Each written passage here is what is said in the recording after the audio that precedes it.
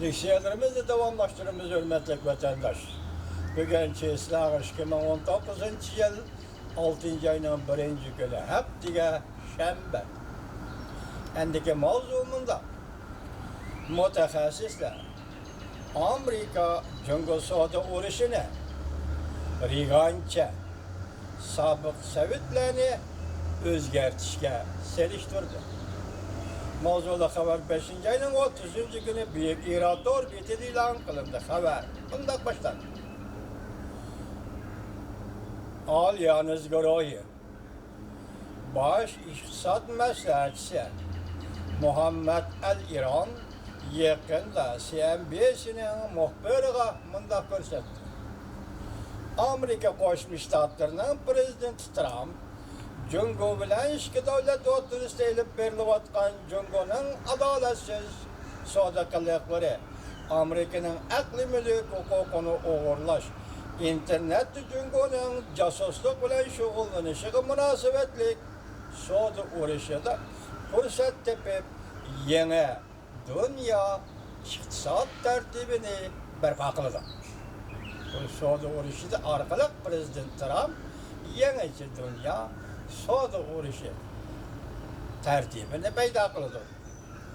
Al-Iron dunyoda zo'r ta'sirli kuchga ega pul muomala bozori mutaxassisi deb qaraladi. U munda ko'rsatdi. Men prezident Reagancha haliqi usulni kam mo'ljallanmasligimiz lozim deb hisoblayman. Al-Iron Amerika Jungo savdo urushi vaziyatini sobiq prezident Reaganning sobiq Sovetlar bilan elib borgan sovuq munosabatlar urushida g'alaba qilib, butun dunyoda siyosiy vaziyatni o'zgartgan tarixiy musobaqa selishtirdi. Al-Iron o'zining maqolasida. Al-Iron CNBC moliya suhbati programmasidan muxbirning ziyoratini qabul qilganda bunday ko'rsatdi. Amerika Jungo savdo suhbati qatmanli tushib qoldi. Ikki davlat bir-biriga aslab tamoyil beja qo'yishdi. Bundan boshqa Amerika davlat bexatarligi aloqador Jungoning Huawei shirkatini qora tizimga kirgizdi. Amerika Jungo savdo urushining istiqboli to'g'risida Al-Iron ko'z qarashlarini o'tirib qo'ydi. Agar Amerika davlat bexatarligi jihatda umumyuzlik zarba berishga o'tsa,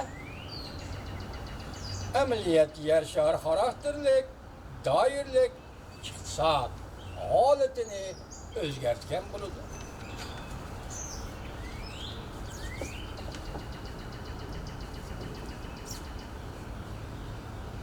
Biroz shunday bo'ladi. O so'zini to'liqlab bunday ko'rsatdi. Bozor shuni tushundiki, ya'ni xalqaro bozor demak. Shuni tushundiki, Amerika turayotgan o'rin dunyoning har qanday joyidan texmi yaxshi, texmi afzal. O bunday ko'rsatdi. Amerika Meksika, Kanada da hosil qilgan savdo kelishimi yer shari iqtisodiy va bozorga nisbatan yaxshi bir xabar. Yaqinda Amerika hozir Meksika bilan tutishyapti. Meksika Kanada bilan shunday savdo kelishimi imzolagan edi.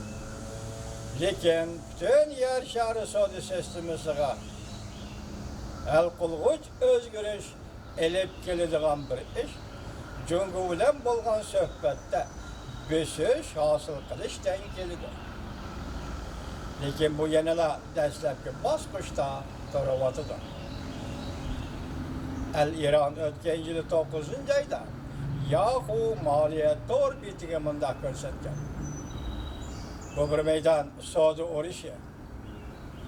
Amerika birinchi kunidan boshlab g'alaba qiladigan raqobat maydonidir. Yani Sovetlar bilan bo'lgan sovuq munosabatlar urushidir. Jungo'da elib berayotgan savdo urushi Amerikaning ayni vaqtda sobiq Sovetlar bilan ilib borgan sovuq munosabatlar urushidir. Faqat Amerika moliya chiqimiga va to'qinish xatiriga chidashga ma'qul bo'lsalar, bu sovuq munosabatlar urushida Amerika cho'qim g'alaba qiladi. Shundaqla dunyoning geopolitikalik, ramkalik vaziyatini o'zil-kesil o'zgartirdi. Sobiq Sovetlar 1991-yili hukmron bo'ldi. Al-Iran bundaq hisobladi.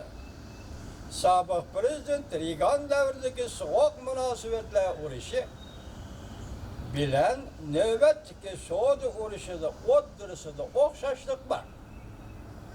Sobiq prezident Reagan davridagi sovuq munosabatlar urushi bilan navbatdagi Amerika Jungo o'ttirisidagi Saudiya urushida o'xshashlik bor.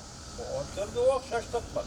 Balki Amerikaga Saudiya urushining xatarini ustiga olaydi. Ya'ni bu kurashda Amerika chidiy olaydi, o'ttirib tura olaydi. Balki prezident Trump izchil Jungo kompartiyasini nishon qilib o'tadi. Esinglarda bo'lsin vatandosh. Prezident Reagan vaqt paytlari. Prezident Reagan vaqt paytlari ayni chog'da. Bugun prezident Trump vaqt paytlari. Hozir.